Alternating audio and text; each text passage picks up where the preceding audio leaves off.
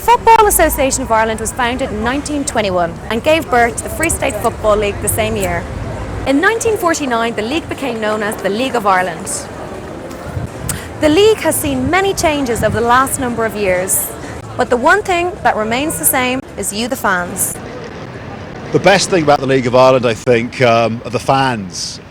They're really loyal, they're very dedicated, they know their football, they really do. And do you think it's important for Irish people to support their own league? 100%. I mean, it's one thing supporting an English club and like watching on TV, but when it comes to actual real football, go and see your own, support your own. So I go regularly, all the home games, and this year in particular I've gone to a lot of away games. The atmosphere, and it's much better going to the games and watching it on telly with the rare games that RTE show, so it's much better going Friday night and having a laugh.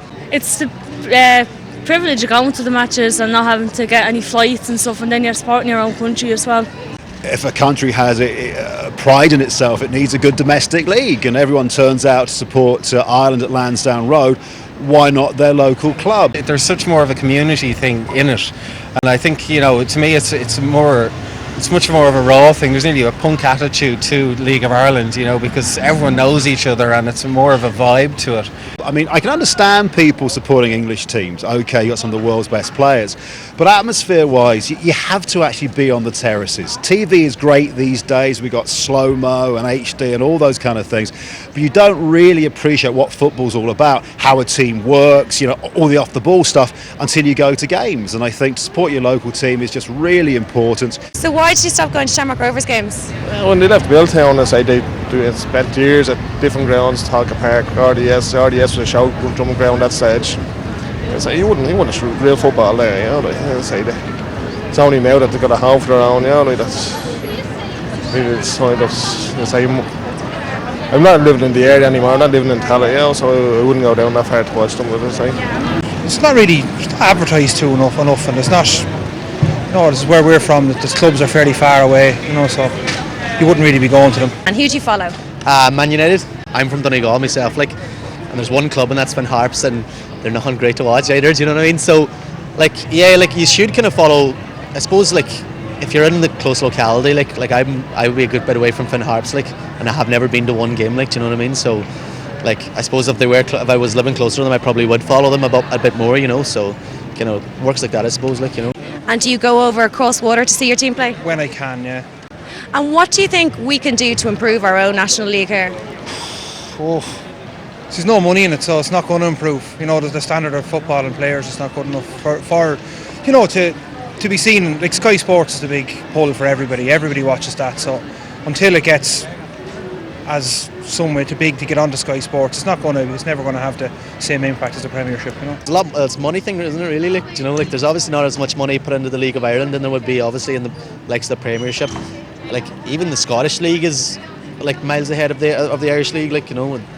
So I think it's definitely more of a money thing, do you know what I mean? So the government need to put more money into it, you know. Who do you follow? Arsenal. My favourite League of Ireland moment has to be Pats beating Metalist in Europe. Was it last season or the season before? Complete underdogs. Metalist team had cost about €10 million to assemble. Pats about 0.8. The Real Madrid game, obviously Juventus in Tala.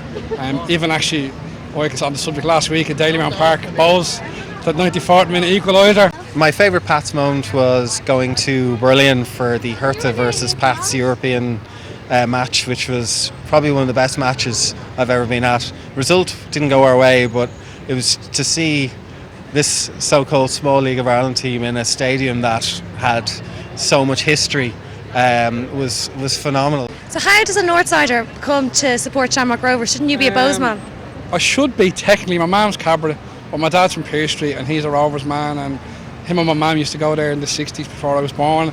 Apparently I was there when I was in the womb, so it was in the blood, and it was a logical choice. And what do you think is the best thing about League of Ireland football?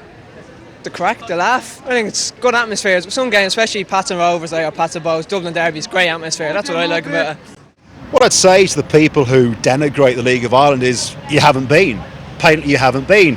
If someone like Seamus Coleman could go from Sligo Rovers and immediately make it pretty much in the UK, if the former Bows keeper can go to Ipswich and do really well, if Kevin Doyle can do really well, you know, there are players playing the League of Ireland now who in a year or two's time could be playing for Man U or Liverpool. Go and see them now, support them now. But hopefully, the more people who go to games, the more those youngsters will stay here, or the big names will come back to do a season or two.